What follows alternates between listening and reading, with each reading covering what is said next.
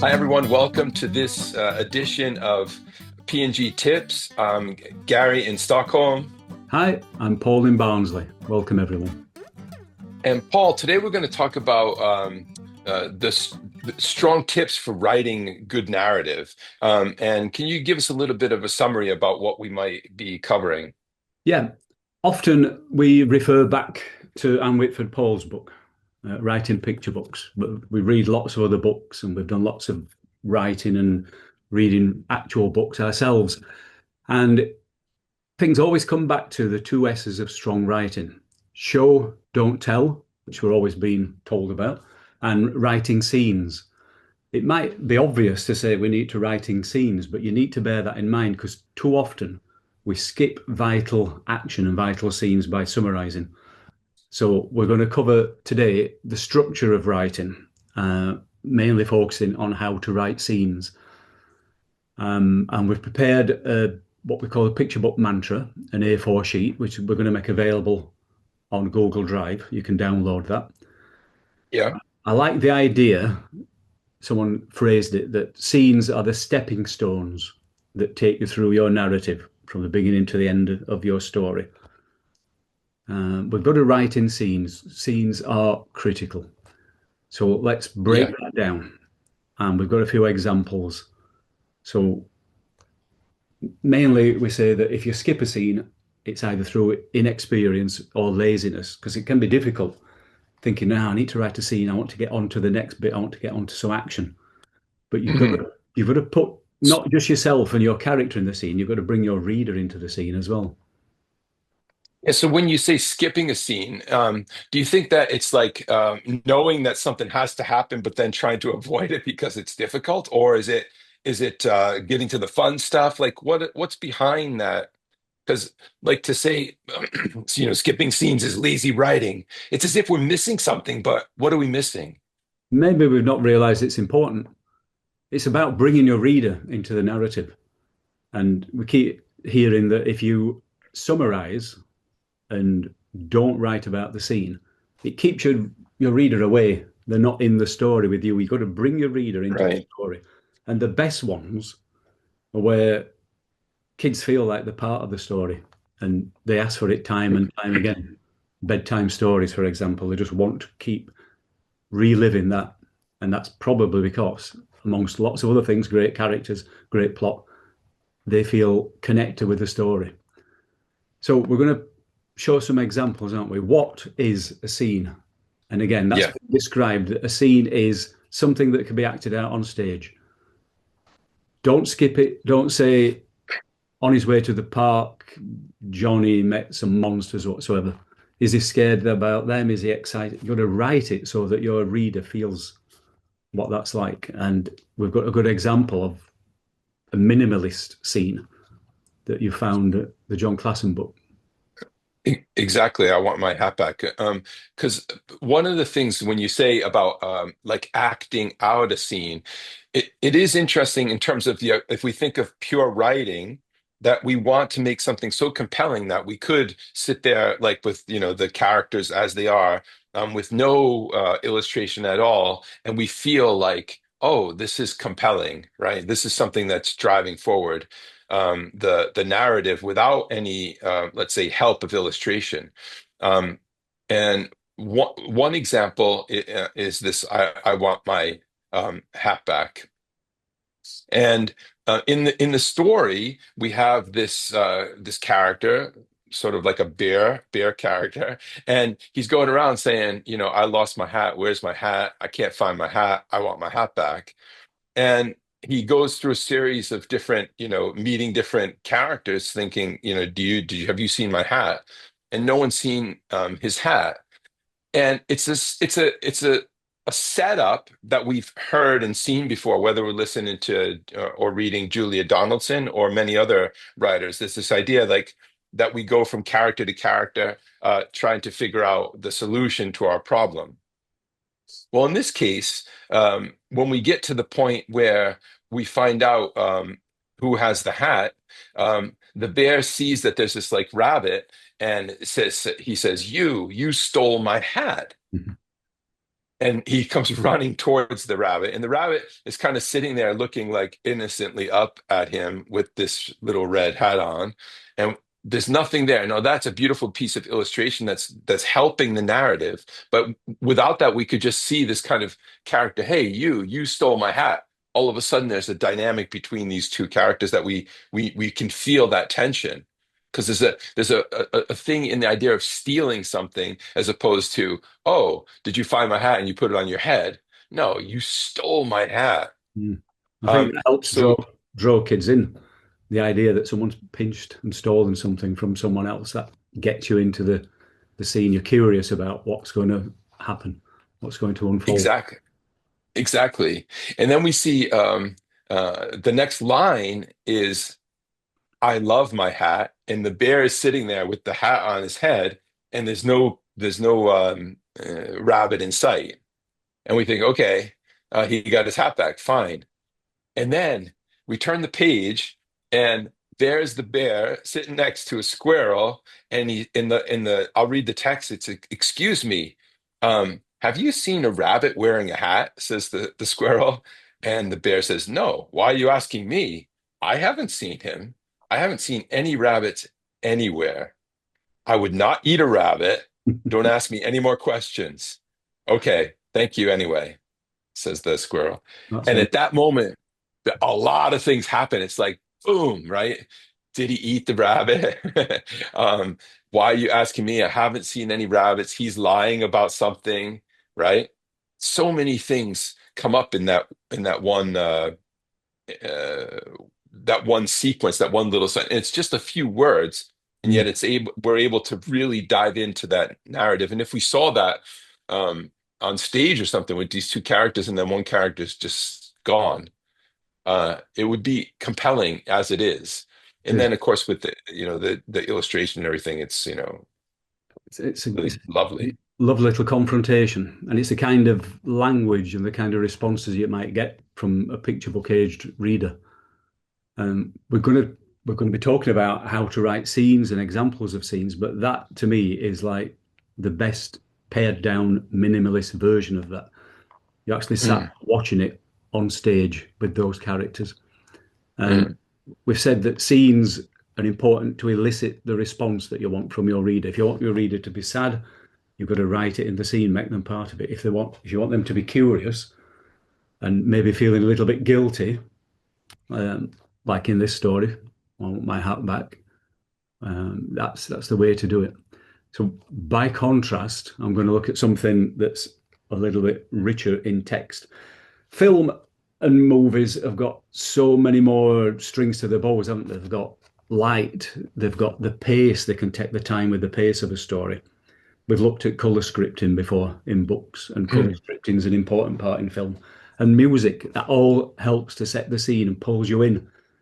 Maybe off the top of my head, thinking about, is it the velociraptors looking around the kitchen in Jurassic Oh, Park, right. searching, Yeah, yeah, yeah. and you're in there, you're hidden in one of those cupboards or oven, Cupboards, whatever.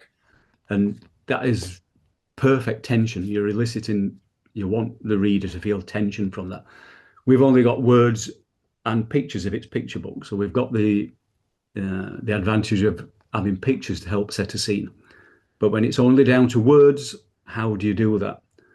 Well, again, if we look at the next uh, picture book mantra, the second page, Mm, put yourself in the scene. If you're writing about a mouse, for example, it's small, scared, nervous. You've got to be able to let your reader feel what it's like to be a mouse. So get down on your stomach, look round the room. You see under the furniture, you see tall, and we've seen this in films where a mouse or the film The Borrowers, they've got to climb up the curtains to get to places. Act it out, put yourself in the scene, and then you can write it better, and that pulls your reader into the scene so they can mm. enjoy that with you. There's lots of examples of that, and it's good now to. You mentioned Julia Donaldson, and you think about just the classic, The Gruffalo. That could almost be a perfect little theatre drama stage. Mouse is walking along and comes across all these different characters, Mm. I'm and sure it is probably. There's probably a staged version floating around, right? yeah, People have probably seen someone put it on stage. try not to summarize and skip writing about scenes. So if you summarize, then there's a barrier between your reader and your text. And found out some tips that said, but if you're using words such as whenever, or each time, or every time, or every day, or year after year, it's easy to do with the like cliched ways of skipping a scene and getting onto something else. Might be perfect if it's not important.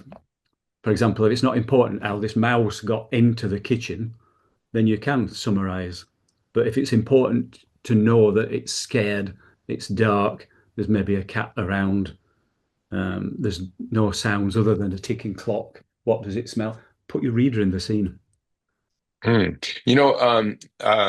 It makes me think. I think it's the guys that made uh, The Simpsons. But anyway, there's two, very well-known writers that talk about when they're writing this kind of sequential stuff, and they said if you're writing and uh, then you should stop, and you should think about this happened and this had to happen, or therefore this happened. So there's a change in like this happened, then this happened, then this happened, is scenes that aren't tied together. They become like a kind of a summary. This has to happen, or but. So it's either this happened, therefore that happens, or this happened, however, or but this happened. And they said just changing that kind of attitude in the way you're writing creates a more compelling narrative. Hmm. This happened as a consequence of what we've just experienced.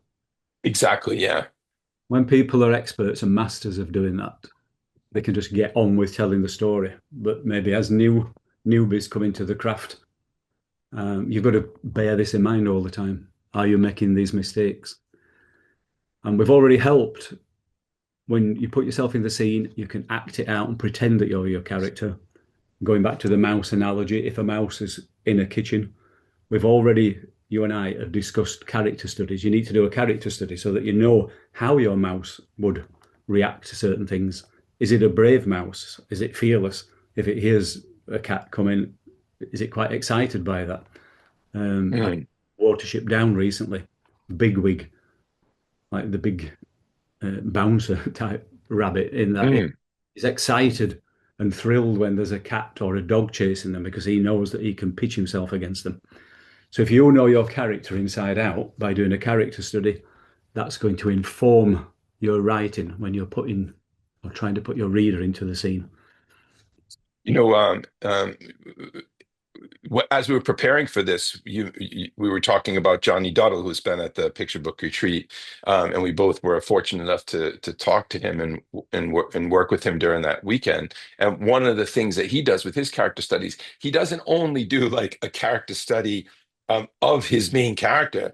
He'll like look at like who are the parents of this character, who are the grandparents, which environment is it, and he'll do like an extensive both illustrations but also text for all these kind of characters. So he really is not just taking the surface level. We might see only this mouse or whatever, but behind that, for any important character, he's got like a whole backstory that he's created, like just for fun, like to make sure that he knows it really inside out, which I thought was just fantastic.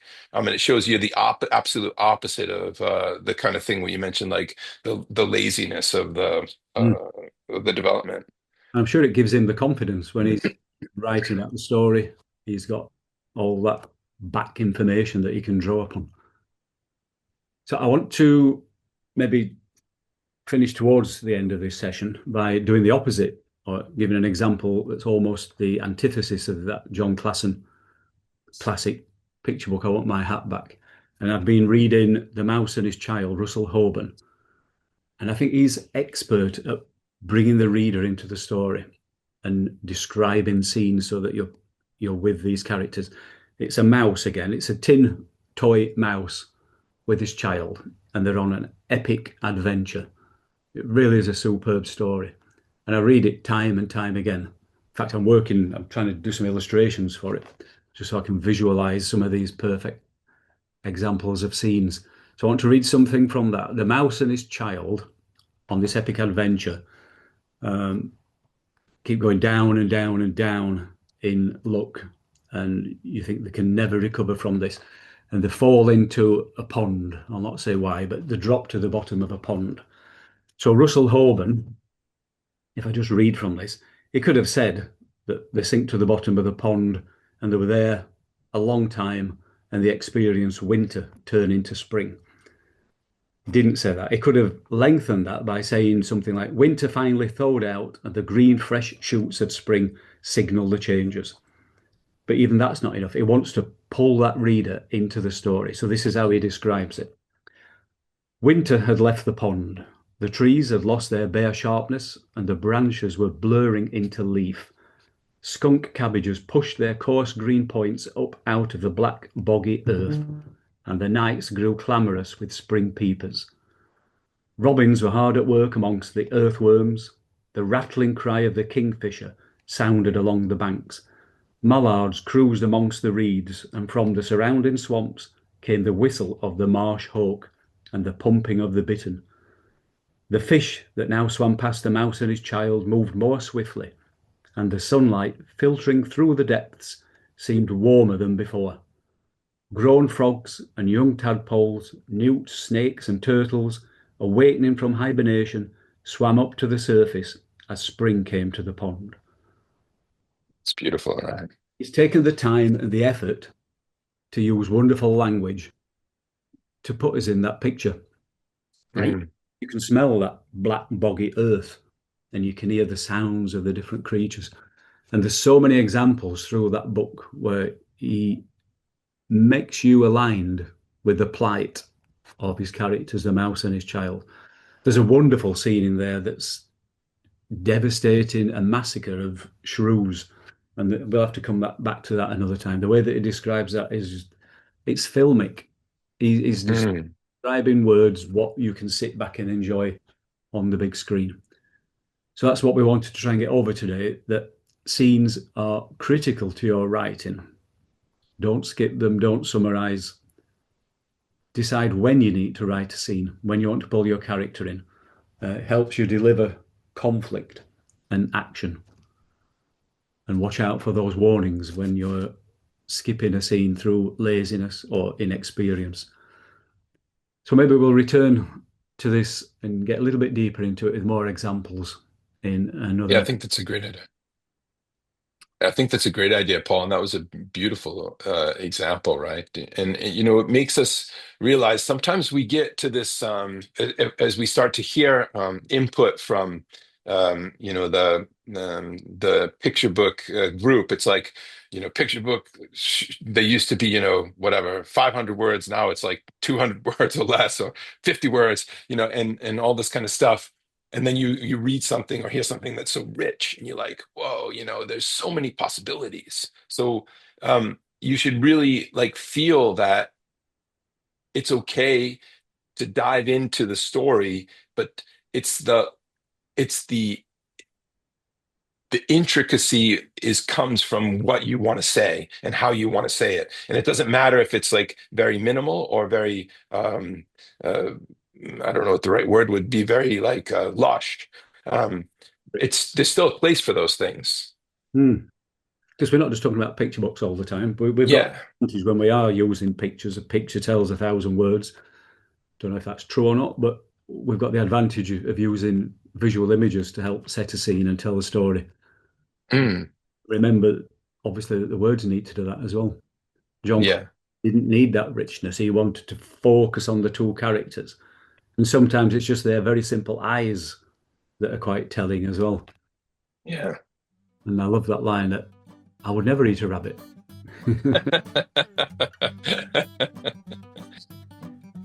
So we'll come back to this and Yeah. upload these help sheets, cheat sheets, picture book mantras, whatever we call them. We'll put those on Google Drive. There'll be a link with this video. Yeah. You can download those and go over them at your leisure. All right. Bye, everyone. Bye for now. Thanks so much for tuning in to PG Tips.